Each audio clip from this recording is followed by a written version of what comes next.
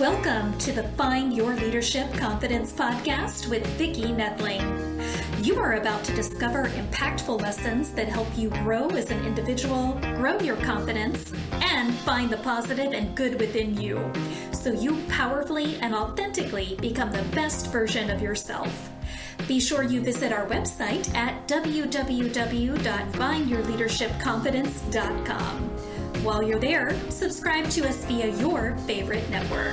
Now tune in, get ready, and enjoy the journey of emerging as a leader of exception in the 21st century.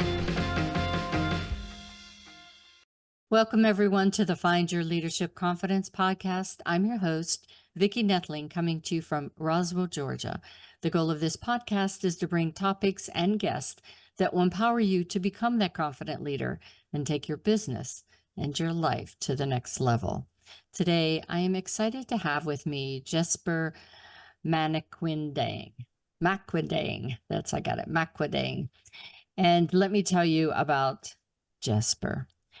With over a decade of experience as a company culture, employee engagement, and team building consultant, Jessper has mastered transforming workplace environments.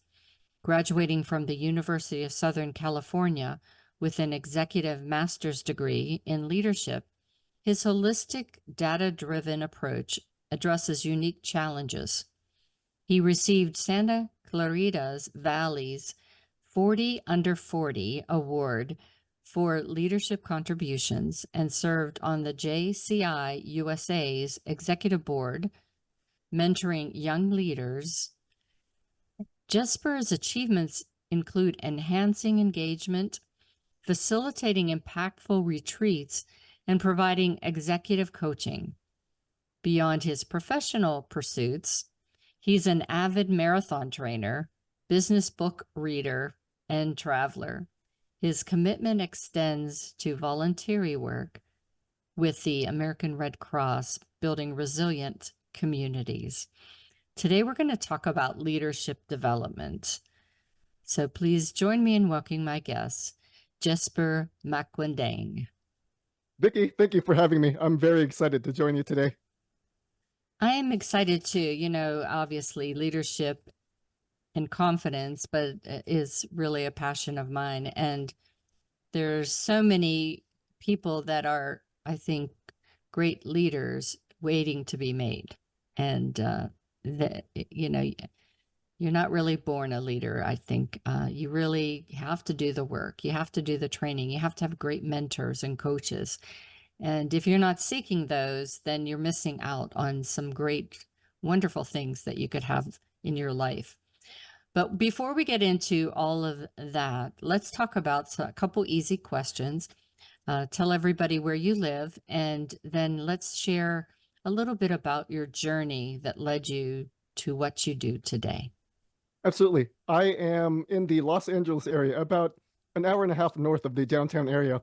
And for my journey, I would say that there are two themes that have shaped my life. And the first one is leadership discovery, and the second one is resilience. So for leadership discovery, there's a memory that my mother shared with me, an early memory that I never realized I had meant, I don't remember going through it, but an early memory that my mother had is at the age of maybe 5 or 6, I said, when I grow up, I want to be a leader.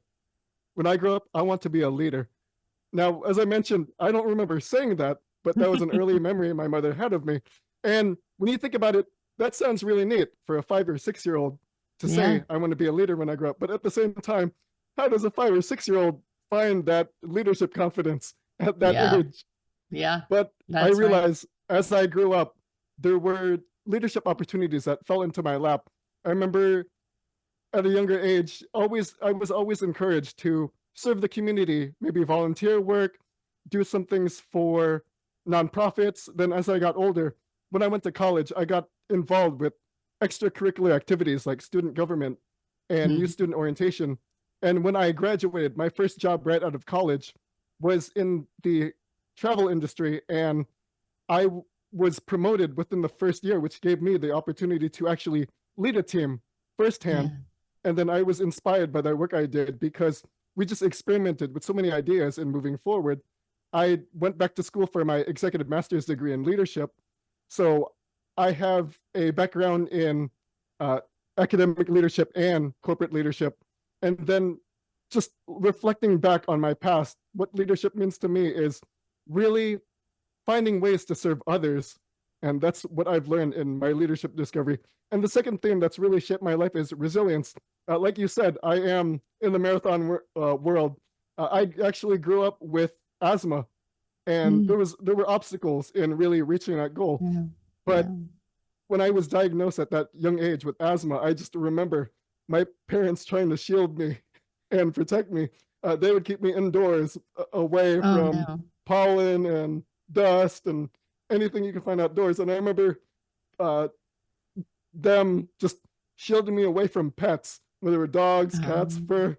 They would uh, put me aside. But growing up, I didn't want to be closed into that world. So I was just inspired by the massive goal of those marathon runners. I decided, you know what, I'm going to put that on my bucket list.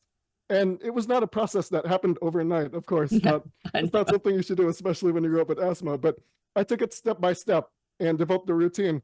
I worked my way up, doing a 5K, then a 10K, then a half, and then a full. And of course, it has its challenges, but like I said, take it one day at a time. And when you do something like that, you can reach major goals like running a marathon. So that's the theme of resilience that had filled the other part of my life.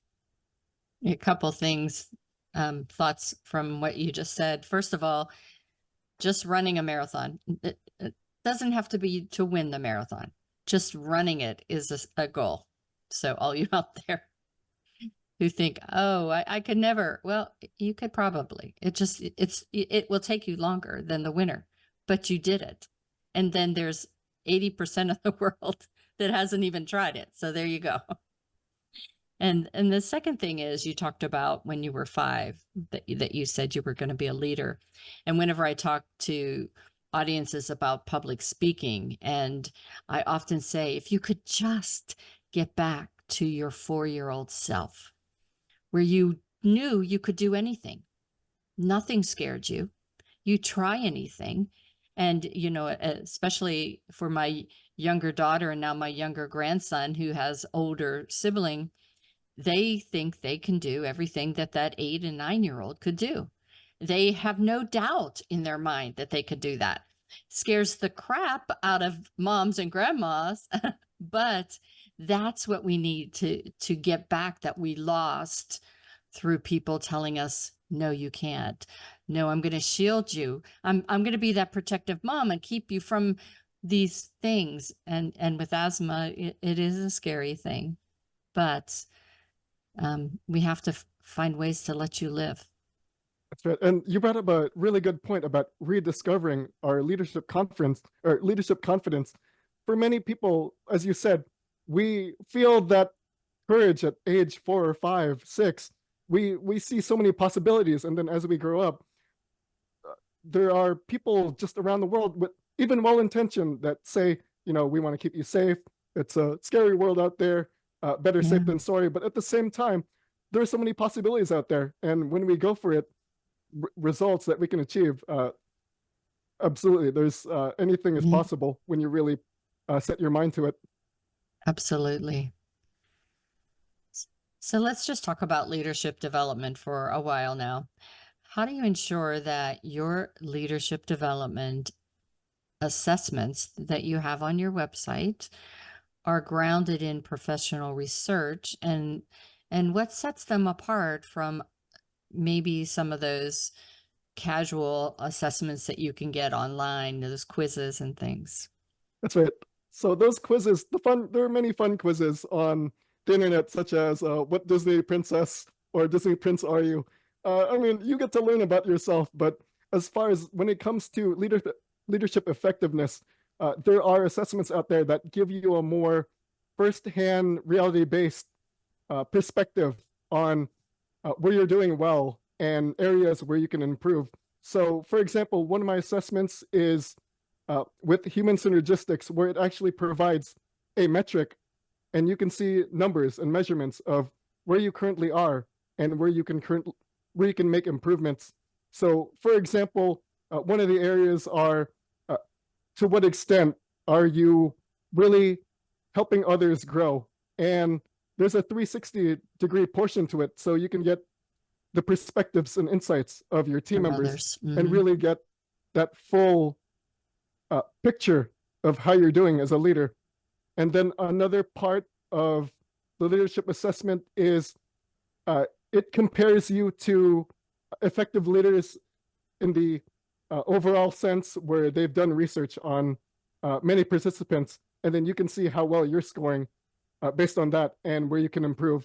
So as far as my assessments, it's that quantitative measurement that really gives you a picture of how you're doing, because many leadership assessments out there, they are great, but it's based on that feel good persona where there are no right or wrong answers. Not to say that effective leadership and ineffective leadership, it's not something that should hold you back overall. But as far as measuring where you are, it gives you a better perspective of how you can be a better leader overall in the workplace and on your personal life.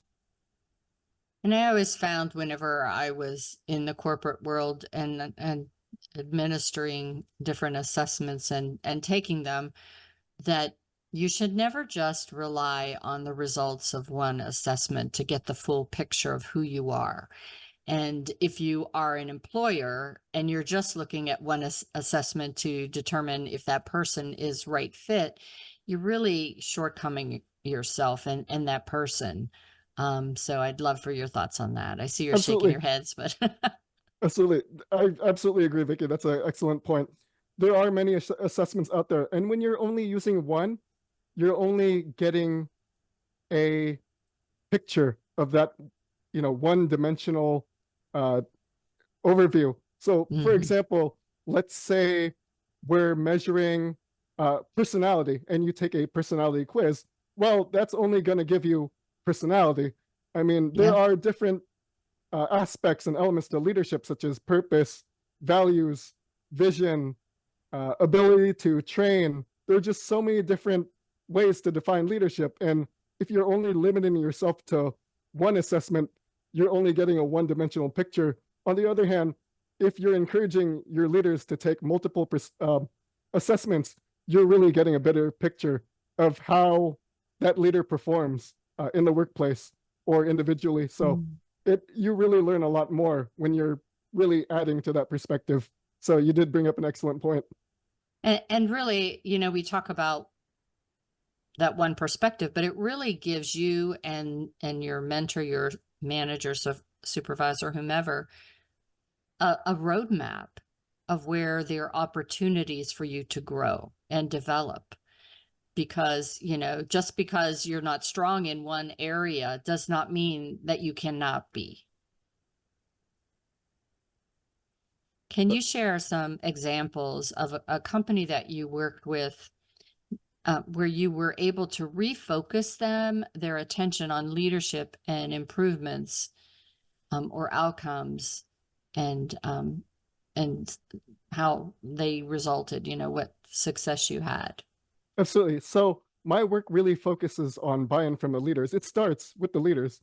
If the leaders and managers aren't committed to the process, culture can't really change to the extent that you want it to.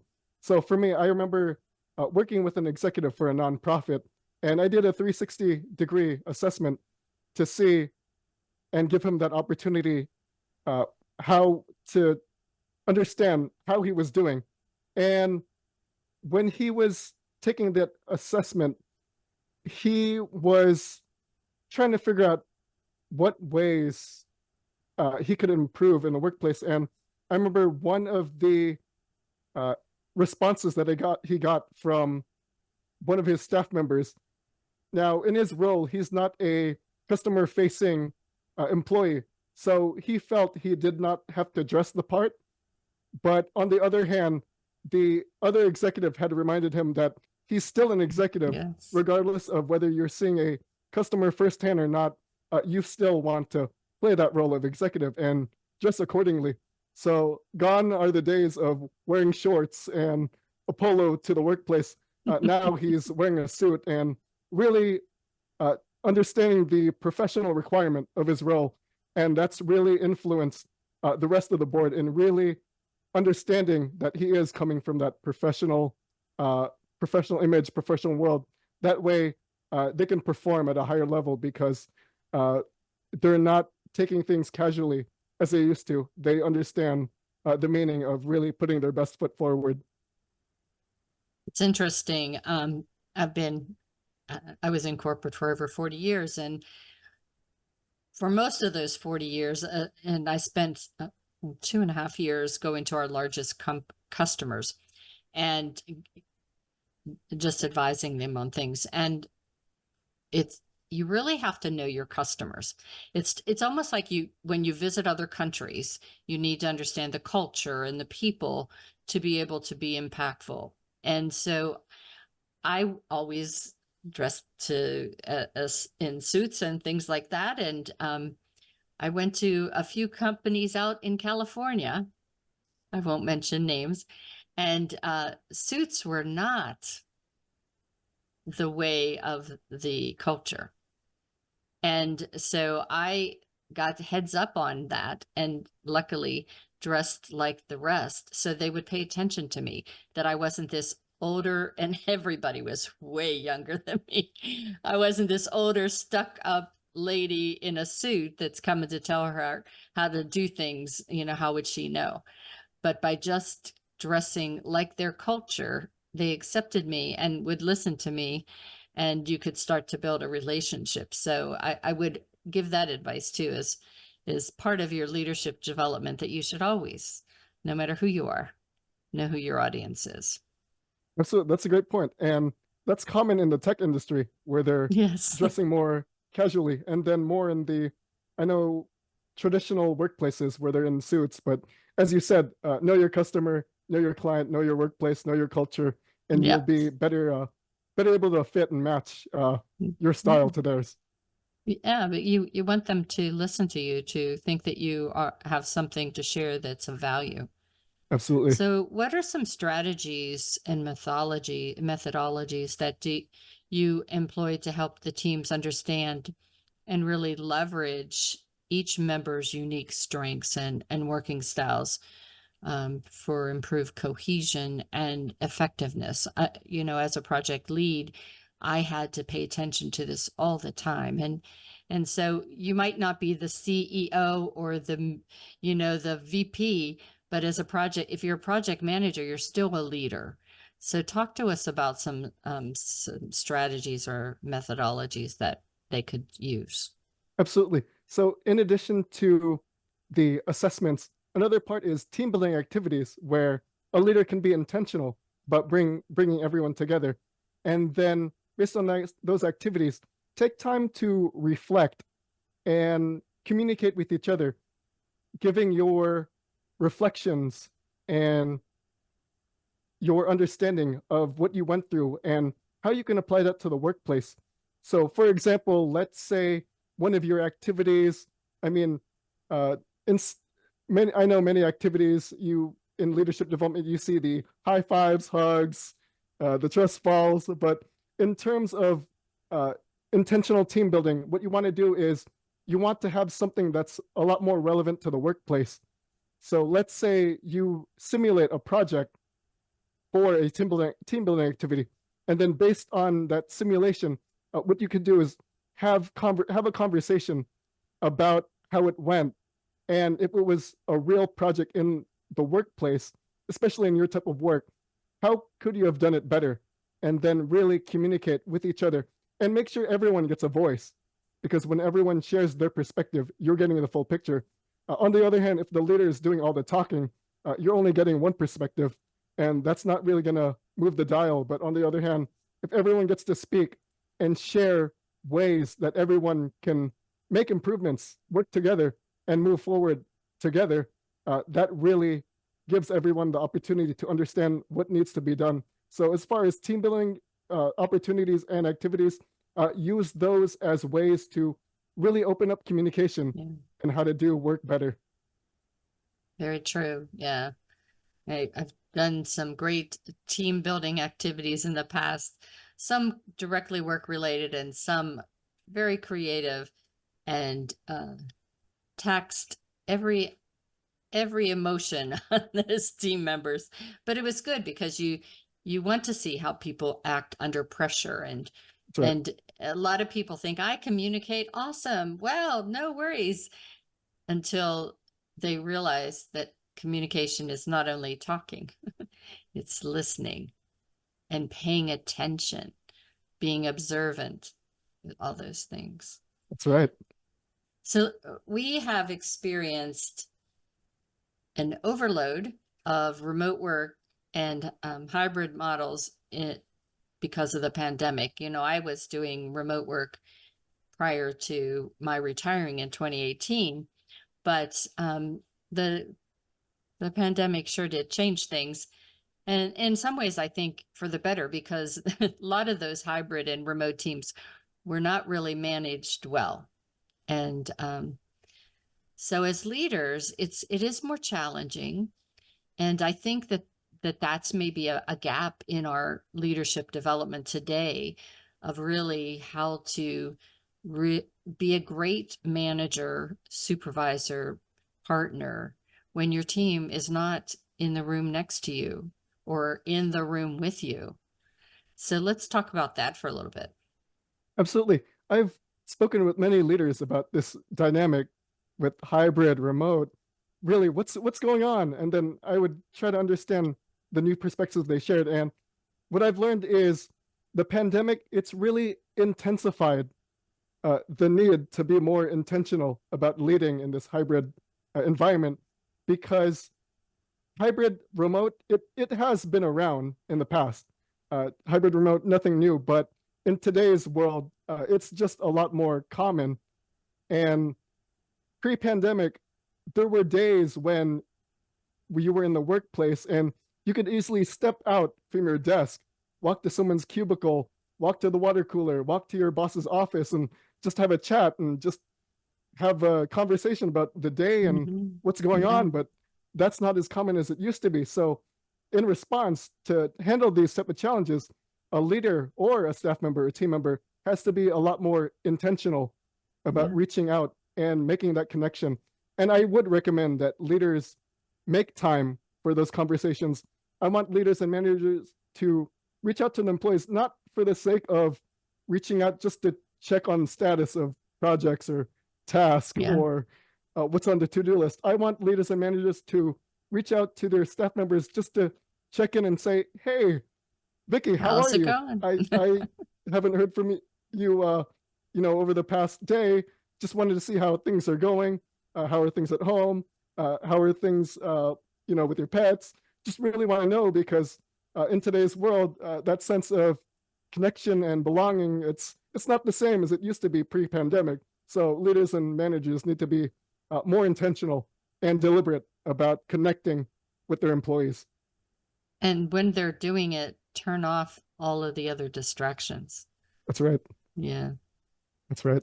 And then another note on that is, for this process in reconnecting, leaders and managers don't need to make it a formal 15 or 30-minute process. It can be a quick 5-minute check-in every week. Just pick up the phone, schedule something on Zoom. It can be something informal. I would just recommend checking in every once in a while so you can really know how your employees are doing. Yeah. And because if you were in the office, you would just walk down the hall and see them. Hey, how are you doing? It wouldn't be a set time unless it was for a review or a meeting or something. But again, just so that people know that you care about them, not just for the job that they're doing, but care about them as a person. And the best and the most important asset of any business are the people that work in that business. That's right. It doesn't matter how great the product or service is if you don't have people that can promote that and sell that and make it, you're not going to have any success. So take care of your people. That's right. It's the people that hold the company together. Yeah. So what changes are leaders experiencing maintaining company culture? Because, as we just been talking about, the culture has changed.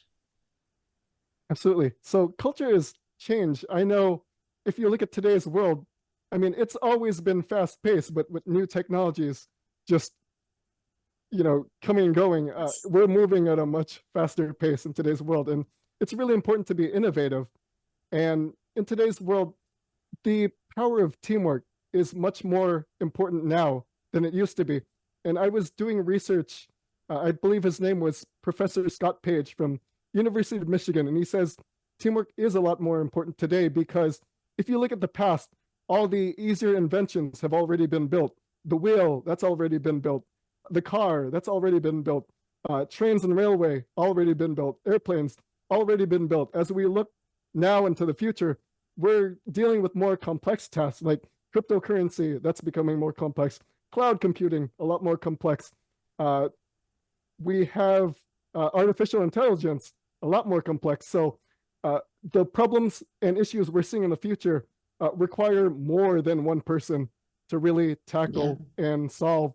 So this idea of teamwork, much more important today than it used to be, and it will be in the future. So as far as building a effective company culture, make sure there's that sense of belonging and connectedness. And I know, especially with the pandemic, there was a rise in feeling isolated. And I know, especially that hit the remote workers very hard. So as far as bringing everyone together, I believe a leader has a greater responsibility in bringing back that sense of collaboration and connectedness. Yeah, for sure. Most of the teams that I was leading were people around the world, and we always kicked off the meeting bringing everyone in, and we ended the meeting bringing everyone in. We couldn't afford to bring them in a lot of times, but it was worth it to gel the team in the beginning and then to recognize them in the end. The power One of of the recognition. one of the things in the culture that we need to really think about too is that that it's a different kind of world out there, and recognition is a piece of it, but it's really you have to look at and see what are the requirements when you think about your core values of your organization and integrity, honesty, and trust. And now you have these people that are not in front of you. And so how you assess their work, their performance is different because, it used to be, well, I just observe them. I watch them, maybe too much, too close. But now you have to do other ways, other things to assess performance and maybe even look at that whole piece about what is their worth and value to the organization being determined. Absolutely. Back, especially pre-pandemic, when people were still in office, it was easier to observe behavior, and especially with values. Let's say one of your organization values was energy and exciting, or being uplifting.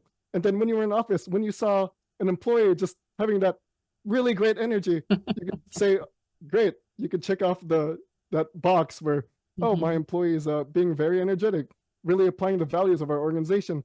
And when you're remote, you don't really get that opportunity to see your employee, really express that value. So nowadays, leaders just need to make that time to communicate more and then really see what employees are doing to really exemplify that value. So, for example, in a case of excitingness, you can try to have maybe employees or customer surveys and say, is so and so, have we done a great job in expressing this value? And then you could see if there's a match or if there's a mismatch, and then you can get that perspective. Then another way is really connecting with employees and seeing if the values still really align with them. That way, when there's consistency, employees have a better understanding of how they can express their values in the way they do their work. So yes, it is a lot more challenging, but it's brings a new opportunity for leaders and managers to really open more communication channels and really put in that time and effort to connect with their employees further. And I think with the workforce today, given there are 5 generations out there, and each generation is motivated and persuaded and wants to be recognized and communicates all differently. So many organizations and budget cuts and things take out training, and leadership development is only offered into maybe the top C-level or senior management. But the people that will become those senior managers and those top C-suite people are those in the lower ranks that are not getting this leadership development to be able to deal with 5 generations of communication and being able to know it can't be a one size fits all. Whenever I started in leadership way in the 80s, it was, oh, I can't do that. That would set precedent. Well, if you want your people to be top performers, it cannot be one size fits all. That's right. That brings an excellent point, because when you look at today's workplace, and especially with different generations, we see different work styles where different generations want a different way of doing things. I know with the younger generations, they want this sense of creativity and expression and innovation. That's right. And then with the older generations, stability and order and structure.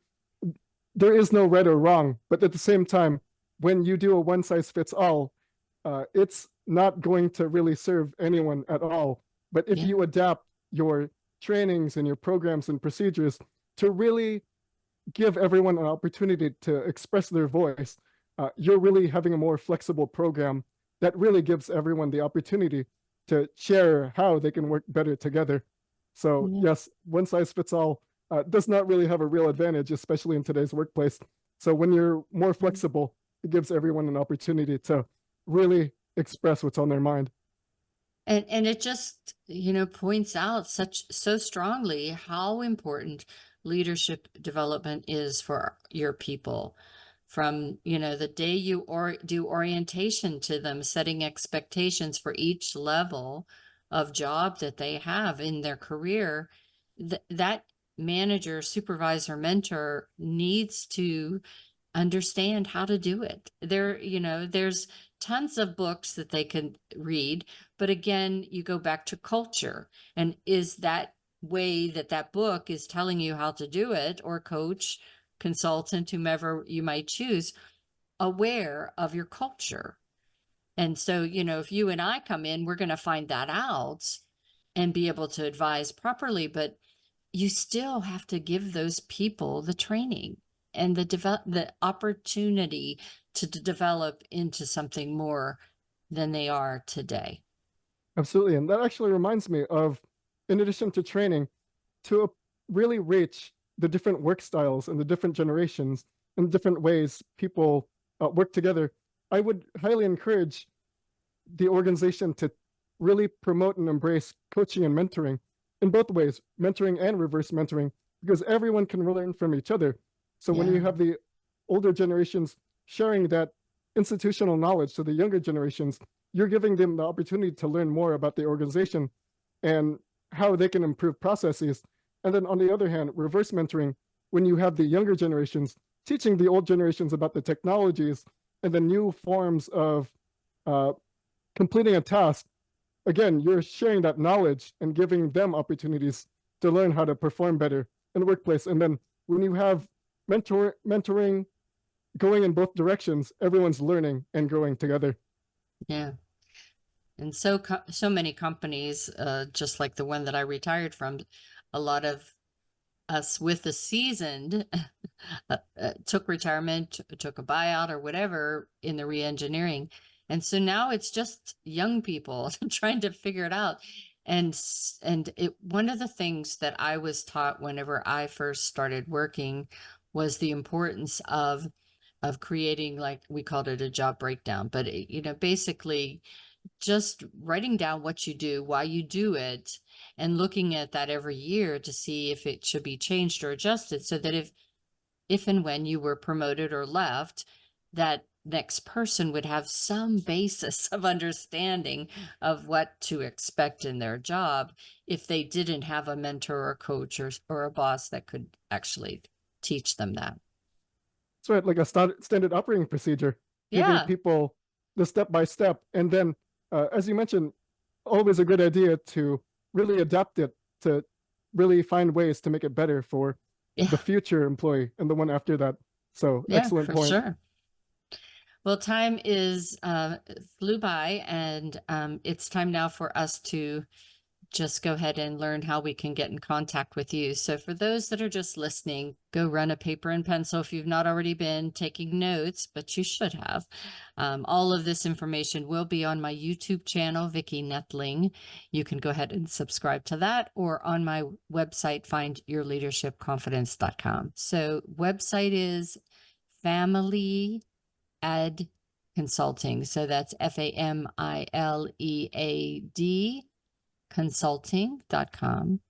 And the LinkedIn is JMAQUINDANG. So that's Jesper's first initial and his last name. So first initial, last name for LinkedIn.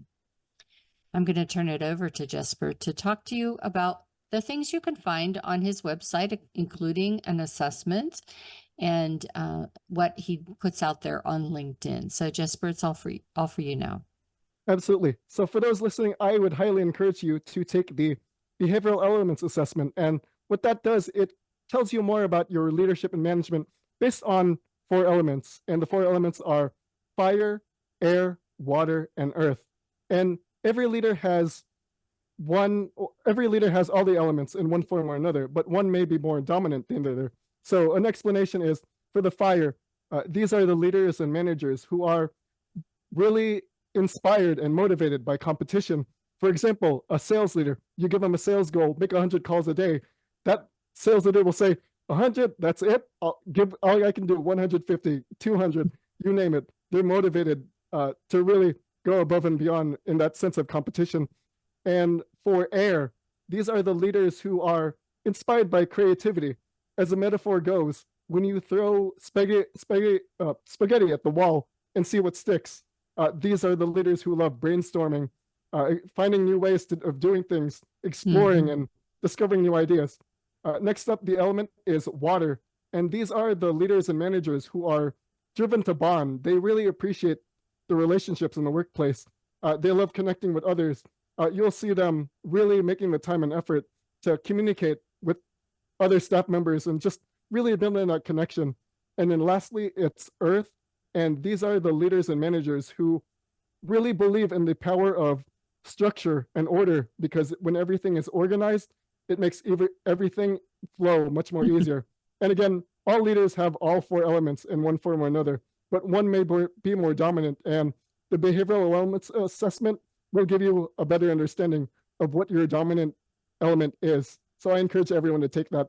And then for LinkedIn, I am doing webinars and sharing tips and tricks on how you can build a stronger team and a better work company culture for your team members. So stay on the lookout. Really love sharing perspectives and ideas in the world of leadership and personal and professional growth. Awesome. Well, Jesper, it's been great chatting with you.